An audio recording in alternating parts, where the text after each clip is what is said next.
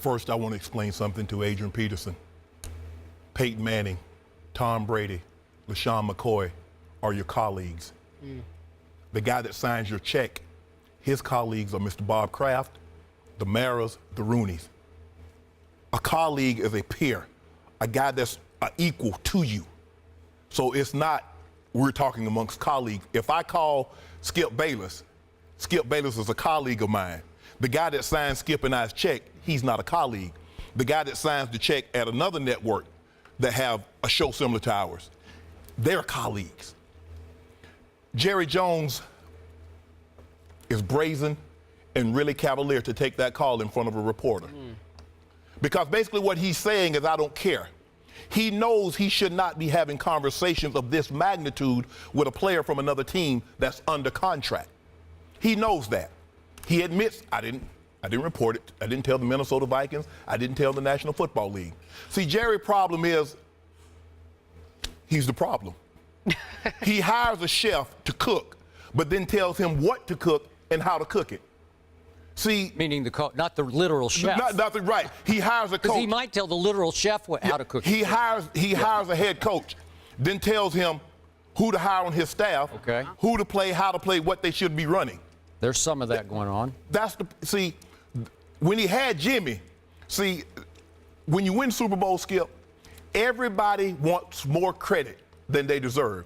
The guy that cuts the grass on the field, he thinks I was the reason they won the Super Bowl. The janitorial service, the people that prepare the food, I played a big hand in that. Jerry Jones wanted a bigger stake because Jimmy was getting so much of the credit. He just can't let it go. And now, he's been doing it. I saw his business card. Owner, general manager, CEO. And guess what? All those titles, he has nothing to show, basically, since Jimmy left. Skip, it's not going to change. They did win the next year, you remember. Yeah, with Jimmy players. I could have coached that team to a Super Bowl. Really? Yes. You could have. I disagree you doubt with that. You doubt that? That was a very difficult team to handle. Okay, think about it. Think of the egos you had in that locker room. Dion, Michael, Emmett, Troy, those are huge egos. I talk to Michael Irvin all the time. So do and I. I say the best thing, I am so happy Jerry fired Jimmy. I don't like to get into conjecture or speculation. But there's no question in my mind, if Jimmy Johnson is the coach of that football team, I agree with that. They win 4 or 5, maybe even because they were young and he trimmed the fat. They came to work. He drove them every single day. And then Jerry, on the way, we had a good restaurant going.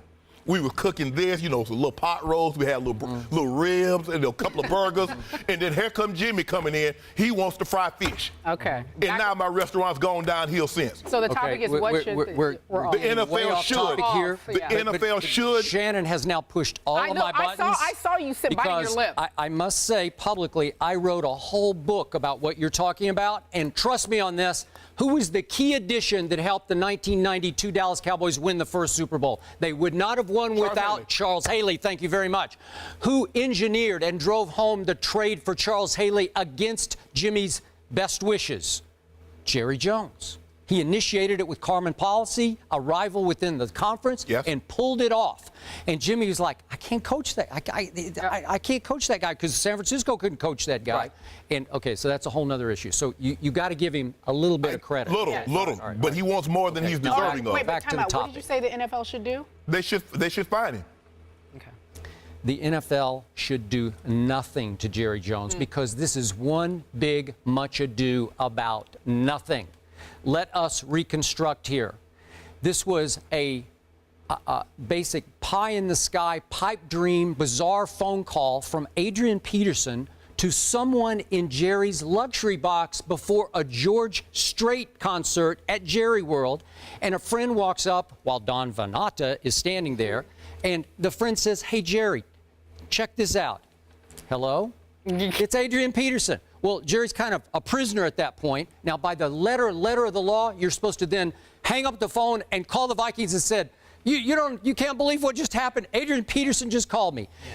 Jerry, ever the gracious host in his luxury box, tries to kind of get through a conversation with a guy he really admires, a kid who's not a kid, he's 29 years old now, but an Adrian Peterson from the state of Texas. who would love to finish his career with the Dallas Cowboys. Unfortunately, Adrian Peterson has 4 years left on his Vikings contract at about $16 million a year. So he's so under contract that it's pipe dream to even talk about playing for the Cowboys, because at that point, if he lasts through that contract, they could cut him halfway through it, who knows. But how long is Adrian Peterson, a high collision back, going to last in this league?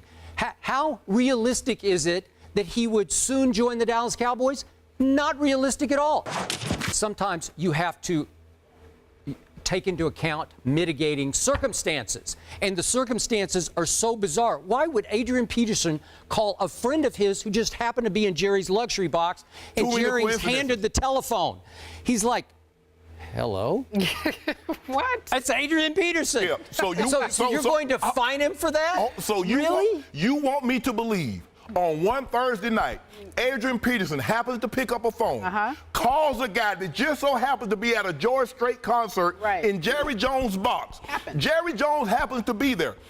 They say, don't ask me, ask Adrian. Hey, I don't know. They say too many coincidences aren't coincidences. Yeah, exactly. So are you suggesting Jerry initiated this long I'm not suggesting anything. I'm saying he broke the rules under the letter of the law.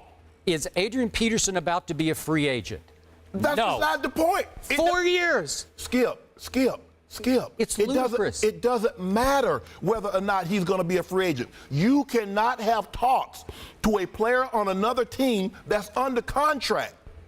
Did he break the rules? Do you really believe that the NFL will fine him for this little episode? I do not.